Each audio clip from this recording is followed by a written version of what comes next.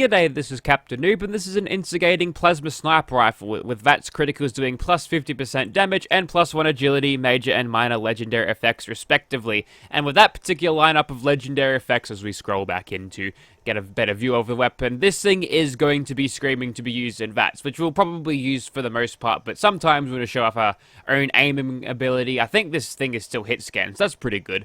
But yes, very good VATS weapon. We've got the calibrated capacitor on it to boost that critical damage even further. Aligned sniper barrel in true stock. I didn't have the true sniper barrel, so aligned shall do. It'll cut down on that recoil a little bit. That horrible, terrifying plasma gun recoil. A short scope is there just so we can scope in it a little bit more accurately. I don't really want to use this thing at super long range, so I feel like a short scope is going to be good enough. And we've got good hip fire if we get too close for comfort with this thing.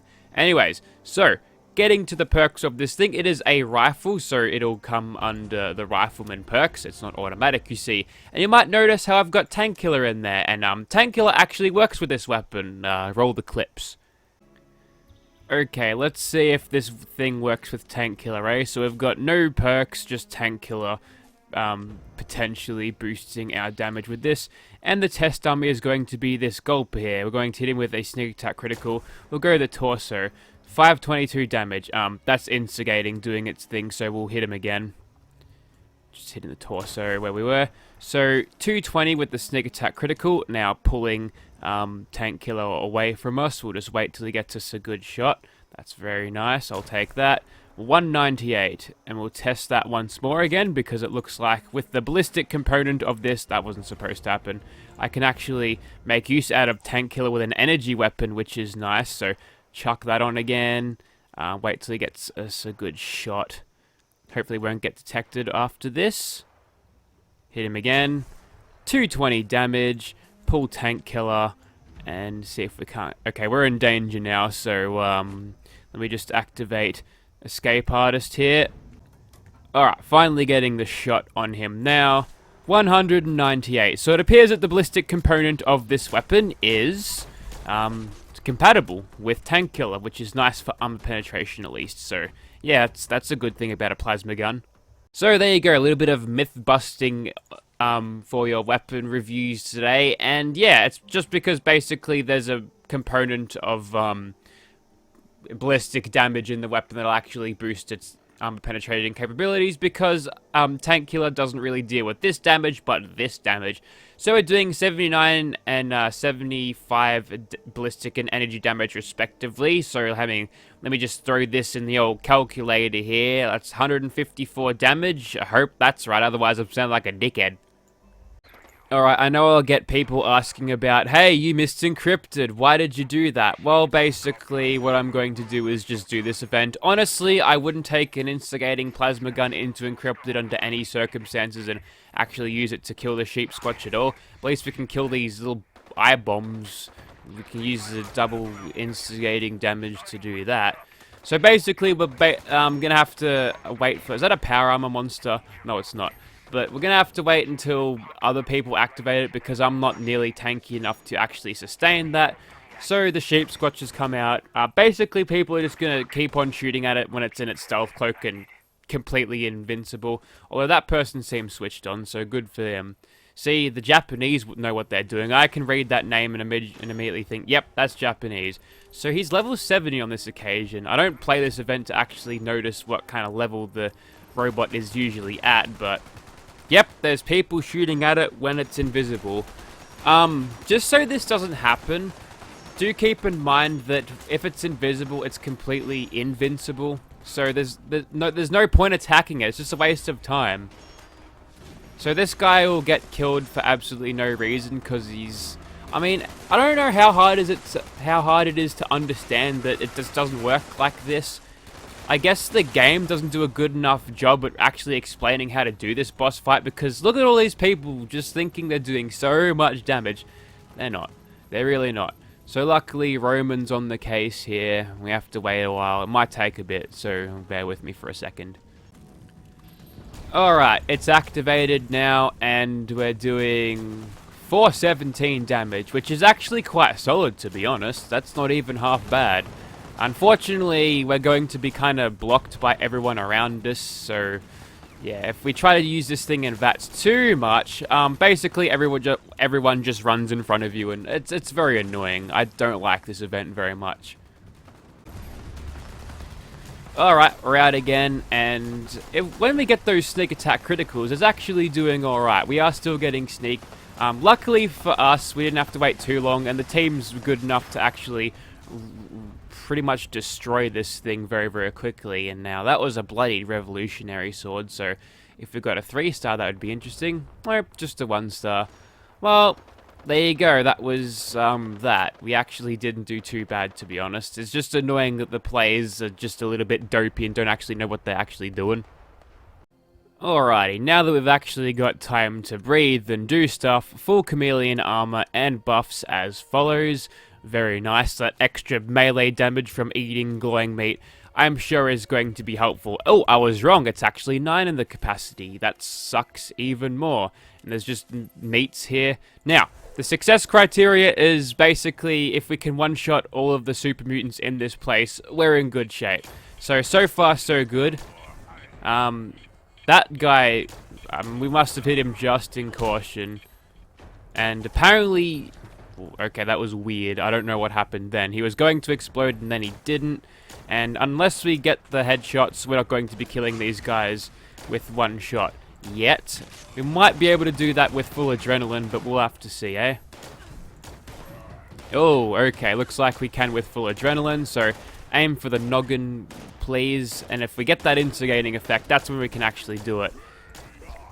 Can't quite one-shot that. That's a strong weapon. That's a very strong weapon indeed. Hang on, I think I've already done an instigating Fat Man, haven't I? If I have, that weapon's being dropped, and we hit that guy for a cheeky 1k there. Very, very nice. Quickly take out that little turret, and who is left at this point that would who's objecting to my existence? I don't even know. There must be someone around here. Okay, it's only a 3-star legendary super mutant warlord, which I forgot about, so yeah, that's cool. So if we can one-shot him, we'll be laughing. There we go, 2k damage, and it's a furious bowie knife with swing speed. Boring. Alright, having a look at this thing now, 151 and 144. Times that by 2, and you get a pretty good number, I guess. We are at Nerd Rage threshold, basically, so... yeah, we're pretty much pushing this thing to the max, but at least it's getting those one-shots now.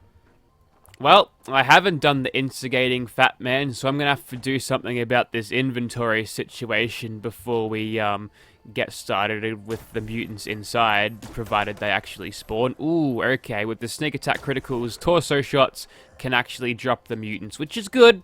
Like I said before, the success criteria is whether we can one-shot these guys, and I am going to discriminate between body shots and headshots either. I'm fine with that. I'm easy. So, with that in mind, we've actually done pretty well with this thing, I reckon. Obviously, the ammo capacity is going to make it a little bit difficult for areas where there's lots of blokes around, but I'll come back for that one later, alright?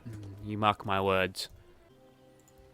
No super mutants were present inside the place as of many recordings at this point, so we're gonna go straight on to ghoulies, and looks like we've pulled a spawn, and I actually teleported. Wait, where are you going? Where? Okay, they're just going over here then. Can I just aim for the torso, please? That's probably a better use of my time. Won't miss then. Alright, so it looks like the instigating effect is definitely doing well. Like I said before, we are getting a little bit of damage boosting out of that adrenal reaction, even more so now. And you're a legendary, which I completely just destroyed, so whoops. Okay, apparently that rad roach was important to draw my VAT's attention. I guess it goes by proximity then, which is a good idea, I suppose, especially when you're dealing with ghouls. You kind of want to shoot the one that's right next to you, because oh my god, what a mess I've made. Sorry people playing this server, but... you know, you probably get annoyed at Bethesda for not fixing it. Oh well, what do you even do, eh? Alright, this is getting a little bit dicey here. Wasn't able to get that one shot on that dude. Luckily, we've outpathed these guys. Apparently, this is the naughty corner, and the ghouls... it's where ghouls fear to tread, which is a good thing, so yay. I managed to survive by the very skin on our teeth. And where you going, you little cheeky bastard? Think you can hide from me? You cannot hide from me. You are now dead in a goo pile, and whoever rocks up here is going to be a little bit disappointed with the spawn, so whoops. Thanks, Todd Howard. Please fix this bug already. It's kind of annoying. Oh, I even get 6 of those bad boys back out of that. I like plasma cartridges. Very nice. We got it as well. It's a Soltron blade, which is actually with swing speed. Yay, it's good seeing weapons of the melee variety drop with swing speed these days. That one's probably going into the script bin, so yell out if you want it. Now for a true test of strength. Can it kill the nigh invincible parasitic grafted monster who appears to be having a seizure right now? I'm glad we could put him out of his misery in one shot. Dead instantly. Good stuff. Whilst I'm on the way to get myself overcapacity, I've run into another pack of feral ghoulies, so might as well just take him out as easy as that. And maintaining stealth is a good idea to keeping alive with this thing. God damn it. How many times have I hit the friggin' mouse on the side of the fucking computer frame? That's really bad, and that's actually gonna get me killed too. Just cut that out, no one has to see that. Okay, probably using this thing exclusively in VATS against the likes of Swan is a good idea to maximize our damage output. He's got a good idea how to avoid VATS. Oh god, we've even gooified Swan. Sorry mate, but for science we must do this, alright? And he didn't drop more nuclear waste than normal. I am disappointed, Swan. You should know better than that. So, other than random chance, one of the criteria that could cause an enemy to become a goo pile after death is whether you killed them with a critical strike, because back in the older Fallouts, to get a satisfying finisher on your enemy, the only thing you could do was to actually gooify them, I suppose. That was one of the things, right? Maybe it's not the case here, because I'm noticing that the 2 critical strikes on those blokes didn't immediately kill them, but if it was like that, I would have goo piles showing up probably every second enemy if I decided to use this thing in VATS like this. And apparently we can't wake the queen up like that, so we'll have to throw more plasma at her. There she is. 1 critical down there, 1089 damage, slowly dropping off. Get another critical in there. Pretty damn easy run. Did get spat on there, but she'll be right. We'll just wash that off in the water, right? It's irradiated, but it's probably better than being melted to death by acid or plasma. I'd imagine that's pretty a bad way to go. And again, having a look at that damage, with less of that adrenal reaction factoring into that. So yeah, it goes alright. It's not a terrible weapon so far. Alrighty, so here we are outside of the Scorch Beast place. There's a couple of bat fellas floating around already, so we just pick up what adrenaline we can out of these dinguses and we'll get moving, eh? And if we can manage to stay hidden against these Scorch Beasts, that'll give us a good advantage, and we're able to get a decent amount of damage on that with a critical. I'm guaranteed to hit at long range. Give me my adhesive. He didn't. Was stingy bastard. Stingy ass planned. You've decided to land. We are now in danger, so spam that motherfucking trigger. So in terms of this thing's damage output versus something like a Bloodied, I honestly don't like using plasma guns at nerd rage levels. Usually using ranged weapons, you either have to be super tanky, which is easy to get away with heavy guns, but if they don't have the rate of fire to back it up to really maximize your DPS out of the thing, you'll suffer greatly. I think it's the plasma gun that I use, which is 1-star blade. It kind of sucked pretty hard, so I'm thinking that Instigating is it's one of the best you can get. And if you've got that, fuck off you. If you've got that, you know, boosted with crit damage every time you pop a crit, if you're especially running an RNG slinger build, this thing actually might be a particularly potent weapon on my gunslinger character, where I can put a sniper barrel but a pistol grip on it, so I can get the range, damage, and accuracy of a sniper barrel but on a pistol format.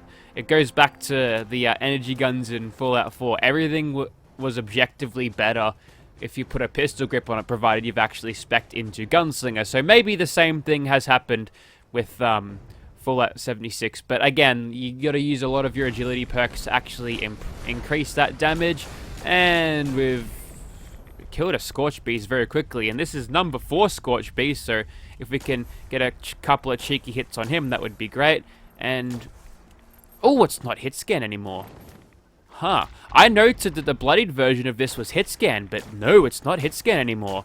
Okay, that sucks. That definitely takes away from its range potential, so good on me for foreseeing that somehow and attaching a shorter scope to better facilitate its projectile speed. Hey, maybe it's a bug. Maybe they finally... Wow, he's attacking the fucking... He's attacking the lemonade robot. That's a low blow, Mr. Scorch Beast. Also, thank you, Mr. Lemonade Robot. What, is he Deezer? No, that's the lemonade robot in Fallout 4. He's actually drawn an extra Scorch Beast out, so yay! We get a 4 for 1, and we managed to pull through pretty well there. So, honestly, not too bad. And it's got great gun through potential too, so definitely a good VATS-oriented gun there. Liam just chilling. He doesn't even look like he's dead. He looks like he's just chilling. Maybe he did get some lemonade. I'll pinch that, by the way. Oh, I don't actually have the recipes for lemonade. Well, there you go. Now I have them. Fuck, he stung me a lot for that, didn't he, the bastard? Alrighty, looks like the train yard smash has given us none other than the creatures. The creatures of the fog. How did they get here from Maine? Who even knows? Perhaps they walked. They've got 4 legs. Those legs are made for walking, I suppose. You saw how cool that walking animation was. You bet he wasn't strutting his stuff all the way to fucking... What the hell is happening over there? Good lord. Okay. I need to wash that from my memory once I'm done here. And we're back to glowing gulpers, which we can almost one-shot. Almost isn't enough. Not close enough, but... Once we get our adrenaline going, it's better. And if we get a crit on top of that, ooh, we're getting ever so closer. So let's just continue to ignore the demonic possession happening before our eyes here. And we'll move on to other monsters that may be inhabiting this zone. Including this one, who was probably cut down by the much higher level gulpers that we just encountered. In fact, the gulpers... Oh wait, they regenerate. Hey, that's interesting. Oh, you're also dead too. Well, we got to kill some gulpers and witnessed something that's very Bethesda-y, to be honest. So, you know what? I'm happy with that. Let's move on to some fucking super mutants. Some Shreks. Oh, and it looks like we've got some PvP. Well, under normal circumstances, I'd switch to something a little bit more, automatic, but hang on, he might have a mate here as well. Okay, there's a bunch of furry patrols.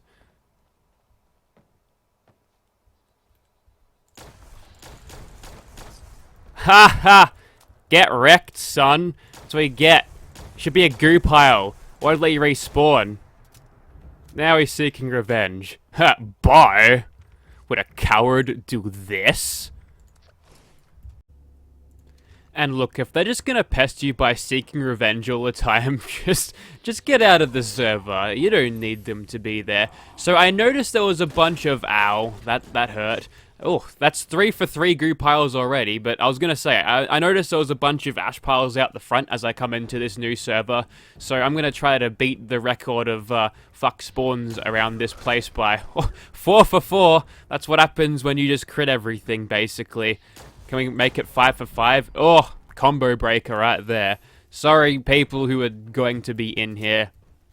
But yes, PvP, still don't like it, and that fucker had an explosive Tesla gun too, so you would have known he would have just come back and whooped me, like one-shot me basically. This character not only is not spec'd for PvP, is not particularly well armored for PvP, well, particularly for PC consoles, actually, no, there's no hackers, but they find out ways just to tweak the files so they can see exactly where cloaked people are, so even people with stealth boys just can be detected like you're standing right next to them. So, yeah, that's another reason why PvP sucks on this platform.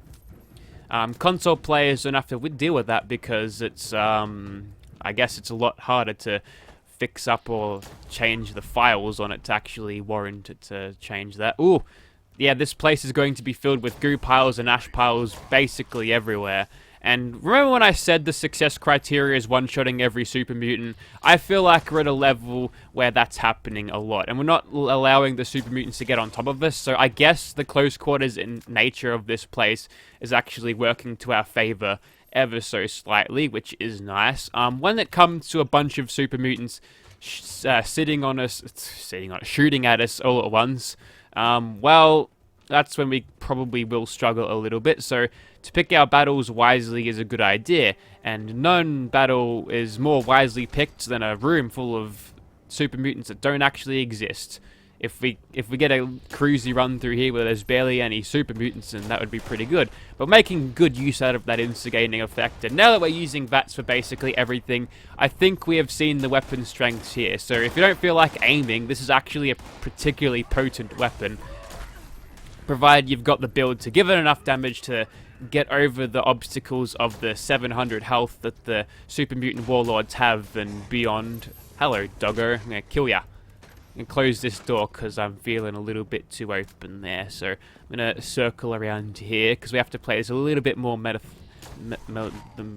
methodically, that's the word.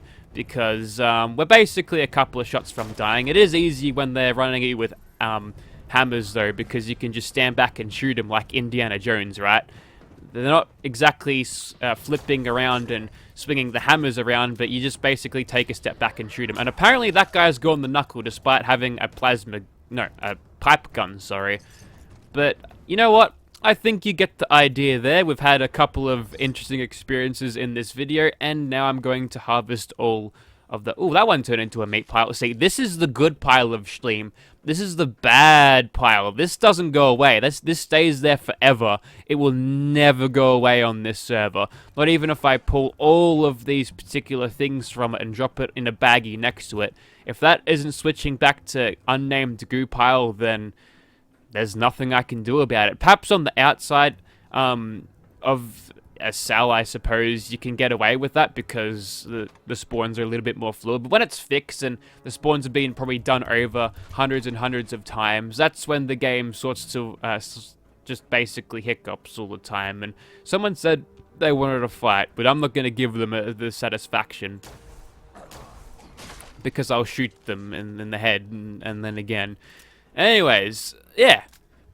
I'm actually pleasantly surprised with this one. I thought it'd be a lot more terrible, but you know, it's actually done alright. It's performed admirably in the end. We just needed to find out what it was good at, and basically spamming with VATS is what you do with this thing. It's like what I said in the first sentence of this video, yet I only put it into practice now, so yeah, gotta practice what I preach, huh? So if you'd like to see this thing in your game, good luck getting it yourself, because this one's not for sale. Thank you for watching, guys.